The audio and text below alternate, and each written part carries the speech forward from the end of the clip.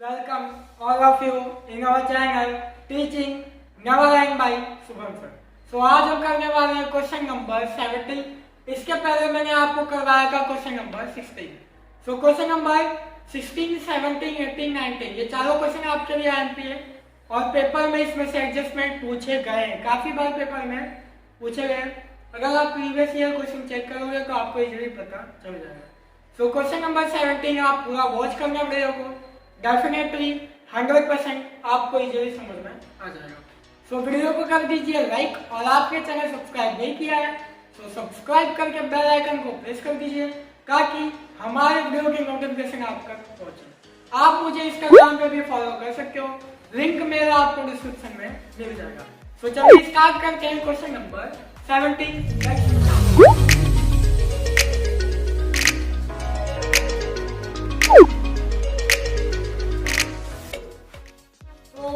चलिए आप अकाउंट बना लीजिए आपकी नोटबुक में।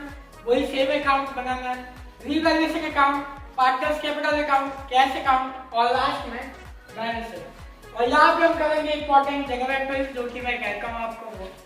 तो वीडियो को पॉज करके आप मेरे साथ में कंटिन्यू रहिए, 100% आपको पूरा क्वेश्चन समझ में आ जाएगा। ओके, तो चलिए करते हैं क्वेश्चन नंबर 17। सबसे पहले हम करते हैं एडजस्टमेंट। तो फर्स्ट एडजस्टमेंट आपको क्या कहता है?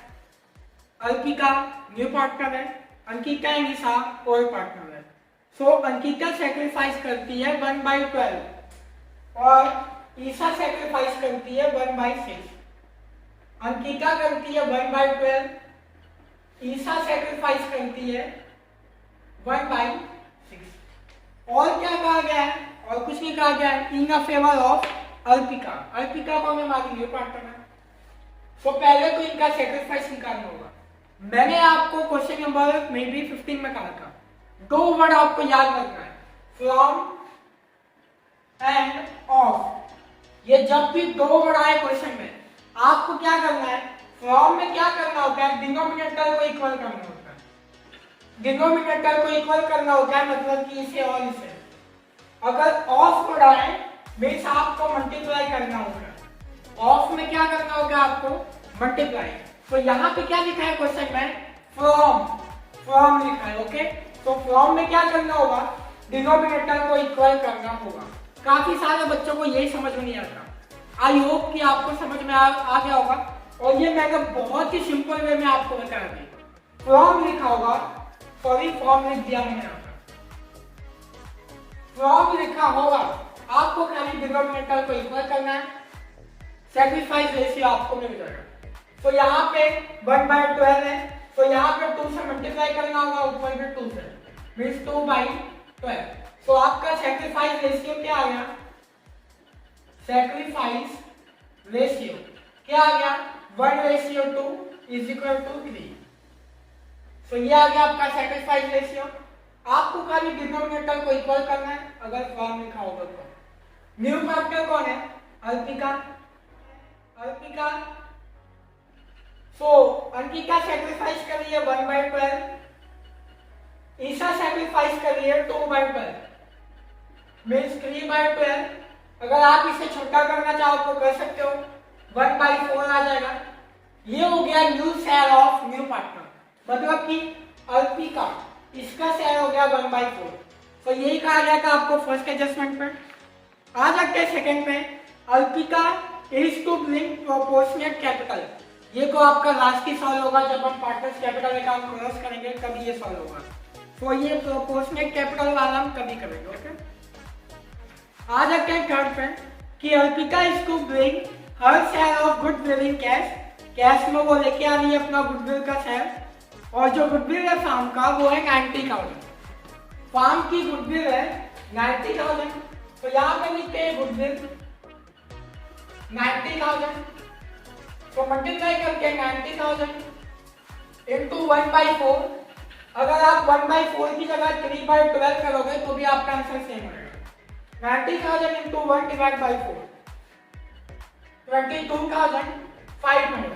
ये गुडविल लेके आ रही है कैश में, तो इसकी जगह एंट्री देखते हैं यहाँ पे। ओके, तो यहाँ पे क्या हो जाएगा? Cash account debit, cash account debit to premium for goodwill account, premium for goodwill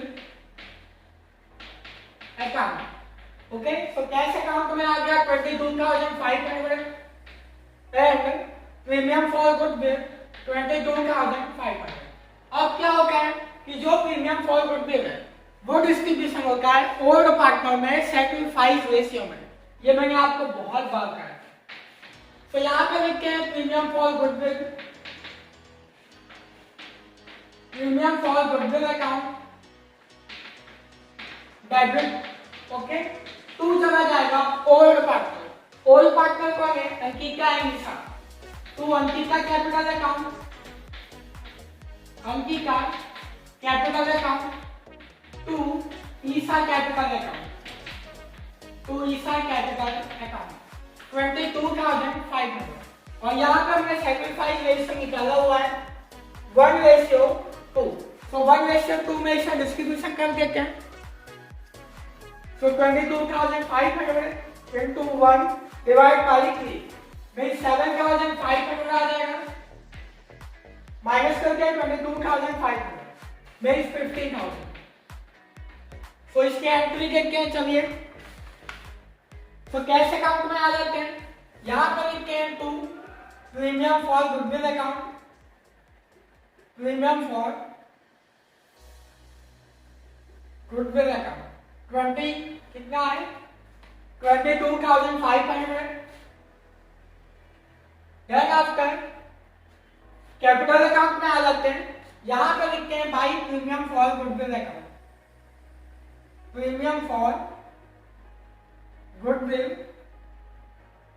account 7,500 and 15,000। Okay, यही है ना 7,500 15,000। सो एडजस्टमेंट नंबर 3 सॉल्व हो चुका है। अब आ जाते हैं 4 पे। Fix asset are to be depreciate by 10%। कुछ नहीं कहा गया कि जो फिक्स असेट है उस पर 10% का डेप्रिसिएशन हमें लगाना है। तो फिक्स एसेट कौन सी होती है? मशीनरी हो गया, फर्नीचर हो गया, स्टॉक करंट है, डेटर्स करंट है, cash and bank cash account में जाएगा, ये भी करंट होता है। सो फिक्स एसेट 2 है, मशीनरी एंड फर्नीचर। तो 10% डेप्रिसिएशन देना होगा। यहाँ पे लिखते हैं मशीनरी, आपको दिया गया है मशीनरी 64,000 माइनस करेंगे डेप्रिसिएशन 10% 6,400। तो इसको सॉल्व कर लेते हैं। 64,000 माइनस 6,400 57,600। तो ये डेप्रिसिएशन हो गया। तो इसके एंट्री देखते हैं। सबसे पहले आप यहाँ पे समझो मशीनरी जो है 64,000 का अब हो गया 57,600 मीन्स डिक्रीज हुआ। और डिक्रीज हुआ तो उसकी जनरल एंट्री क्या होती है? Revaluation account debit, revaluation account debit to machinery account.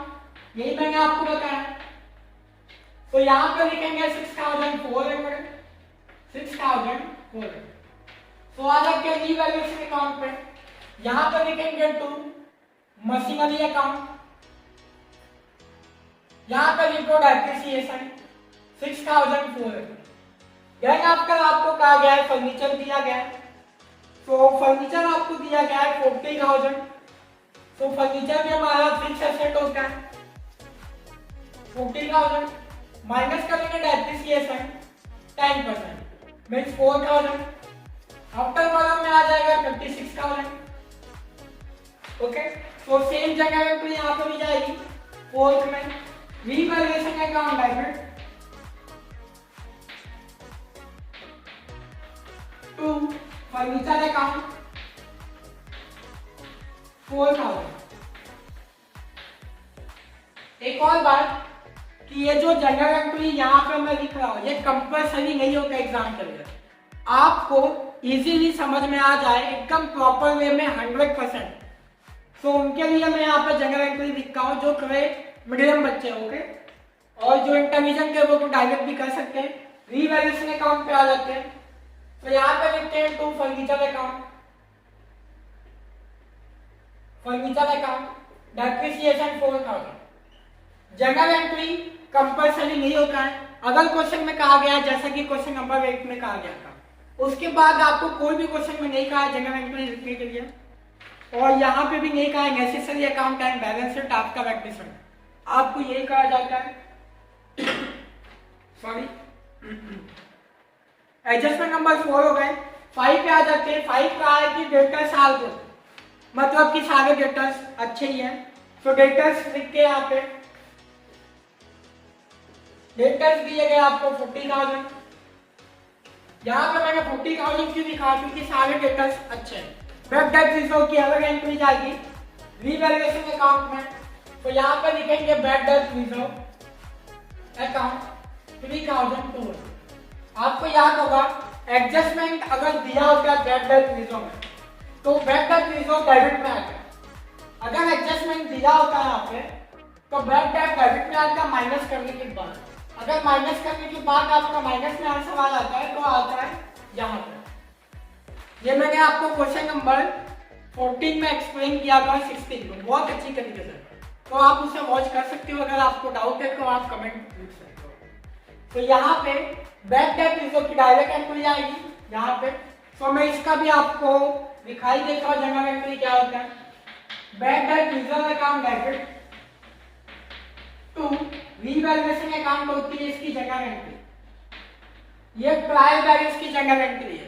अगर एडजस्टमेंट में होगा तो इसका opposite revaluation account debit to bad debt reserve account. I hope कि आपको समझ में आया होगा। तो यहाँ पे लिखते हैं 3,200। ये मैं जनरल एंट्री बता रहा हूँ ट्रायल बैलेंस में जो आपको दिया गया है bad debt reserve. Then after आपको दिया गया insurance premium 2,400 out of 12,000 is to be carried for next year. पहले से दे दिया गया आपको नेक्स्ट ईयर का इंश्योरेंस प्रीमियम 2,400, ये आपको कैरी करना है नेक्स्ट ईयर। इसकी जनरल एंट्री में आपको बता दे रहा हूँ। वैसे तो मैंने जो फर्स्ट वीडियो बनाया था एडमिशन ऑफ पार्टनर, वहां पे ये मैंने आपको बताया था प्रीपेड और कोई भी एक्सपेंस होगा वो क्या होते हैं, डेबिट होते हैं।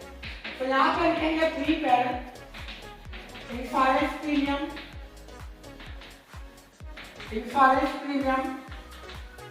Debit to revaluation account. Okay, amount दिया गया है 2,400। रीवैल्यूएशन अकाउंट में आ जाते हैं। यहां पे लिखते हैं by prepaid insurance premium insurance premium 2,400। और प्रीपेड इंश्योरेंस प्रीमियम कहां पे आता है, सेट में आता है। तो यहां पे भी लिखेंगे प्रीपेड इंश्योरेंस प्रीमियम। ओके, 2,400। तो अब आ जाते हैं नेक्स्ट एडजस्टमेंट में। कुछ नहीं है, एक एडजस्टमेंट हमारा बाकी है। Adjustment number 2, Arpita will bring proportionate capital. ये कब होगा, जब हम पार्टनर्स कैपिटल अकाउंट को क्लोज करेंगे तब होगा। तो आ जाते हैं ट्रायल बैलेंस पे। मशीनरी हो गया, फर्नीचर हो गया, स्टॉक। तो यहाँ पे लिखेंगे स्टॉक। स्टॉक आपको दिया गया है 13,600।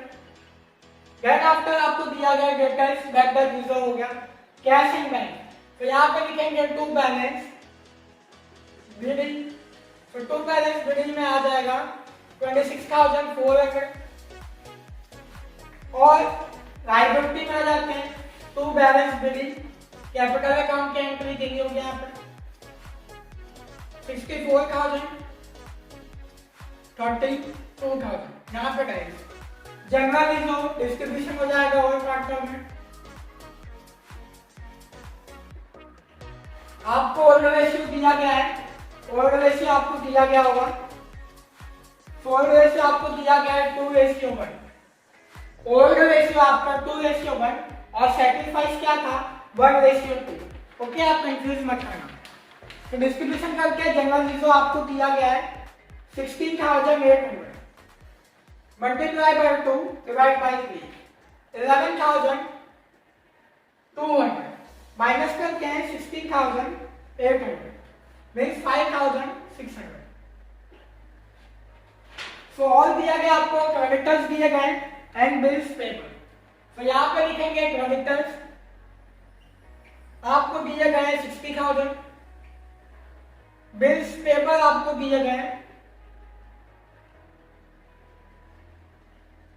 8,000।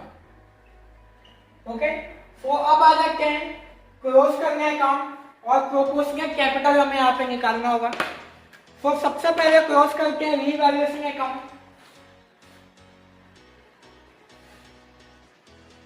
So 6,000 plus 4,000, 6,400 plus 4,000, 10,400। तो यहाँ पे लिखेंगे 10,400 माइनस करते हैं 3,200 माइनस 2,400, 4,800 और ये चला जाएगा by partners capital account, by partners capital account. तो किसमें चला जाएगा? अंकिता एंड ईसा में, और इनका रेशियो दिया गया 2:1, 10 to 2 डिवाइड बाई 3, 3,200, 1,600। तो यहाँ पे आके लिखते हैं to revaluation account, revaluation account 3,200, 1,600। Okay, so close करना होगा जिसे।